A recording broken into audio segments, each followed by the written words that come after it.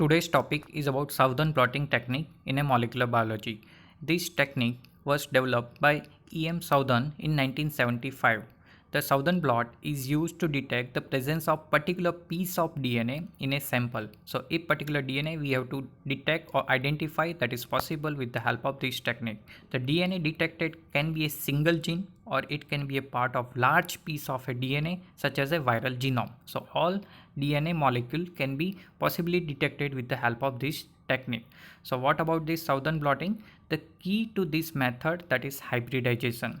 So hybridization is possible as a base pairing or complementary sequence. So hybridization is a process of forming a double stranded DNA molecule between a single stranded DNA probe which we are adding and with a single stranded target patient DNA. If targeted gene or targeted molecule of DNA is present, and that will combine with the help of with the probe, DNA probe, which we are adding in this technique. So that is probe and targeted DNA is attached with the help of this hybridization.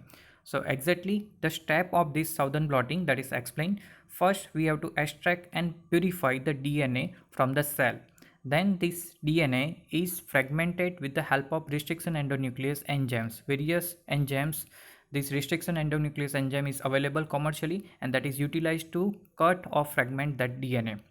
Now that all DNA molecule we sorted with the help of electrophoresis. So different polyacrylamide or agarose gel electrophoresis that is helping to separate that DNA molecule.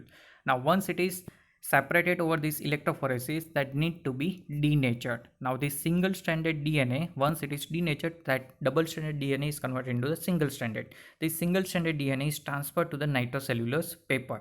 Now over this paper, a labeled probe which is containing a single stranded nucleotide strand, a desired nucleotide strand is present and that is added as a labeled probe. So once it is added, the extra probe which is present in the sample, that should be washed out. So when it is washing, unbound probe which is not bound with the targeted DNA, that all will be lost, but we cannot visualize that with a simple method. So autoradiograph is needed, that is helpful to detect this labeled probe attached over the targeted DNA. So that is explained in this next picture how it is occurring. So first simple, that a particular gene we have to detect, and so that particular probe which we have, so first we have to particular fragment this DNA. So that fragmentation is occurred with the help of this different restriction endonuclease enzyme, that all fragments of DNA that is pass over this agarose gel electrophoresis. So once electrophoresis, so that is helping to separate this DNA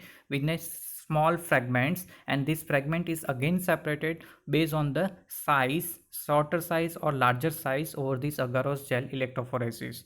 Then this particular DNA molecule treated with the alkali or the NaOH to denature the DNA. So single double stranded DNA will now convert into the single stranded DNA. Now that single stranded DNA will be blotted over the blot paper or the nitrocellulose paper. So all fragment will be replicated or present over the particular blot paper. Now over this blot paper, DNA probe will be added. Now this DNA probe is added. If complementary DNA sequence is present, then this probe will be attached over that particular blot paper.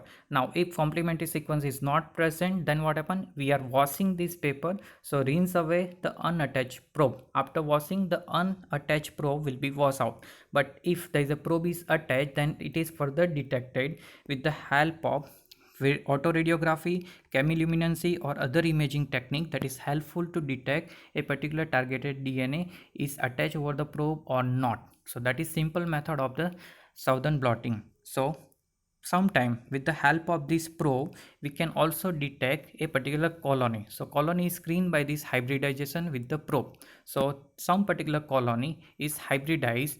Now whether this colony is containing hybrid DNA or not, so first this covered with the filter paper, and so this colony is transferred over this filter paper.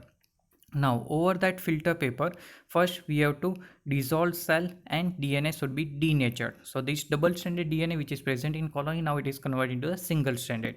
Now we are adding the probe. If probe is added, then what happen? Particular a targeted DNA is present, then it will attach over the colony which is present over the filter paper.